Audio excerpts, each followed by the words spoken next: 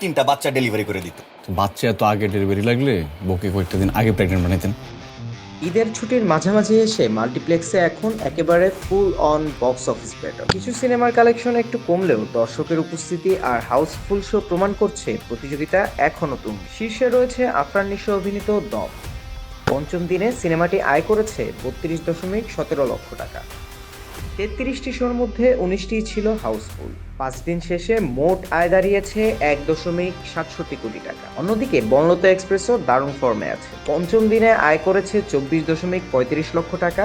30টি শোর মধ্যে 27টি হাউসফুল। 5 দিন শেষে মোট আয় 1.22 কোটি টাকা এবং ইতিমধ্যেই 1 কোটির ক্লাব অতিক্রম করেছে। সাকিব খান অভিনীত প্রিন্স পঞ্চম দিনে গ্রোথ দেখিয়েছে, আয় করেছে 18.87 লক্ষ টাকা।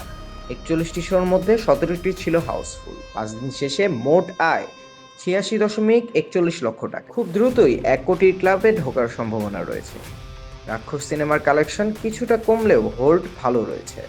পঞ্চম দিনে আয় করেছে 18.36 লক্ষ টাকা। 23টি শোর মধ্যে 13টি শোই হাউসফুল।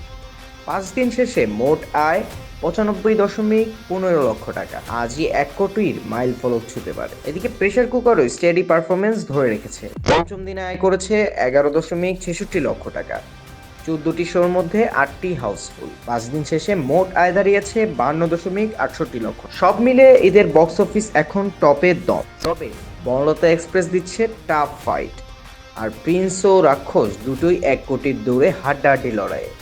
এই বক্স অফিস তথ্য দিয়েছে বিএমআর। আরও এমন আপডেট পেতে সঙ্গে থাকুন এফবিএন এন্টারটেনমেন্ট।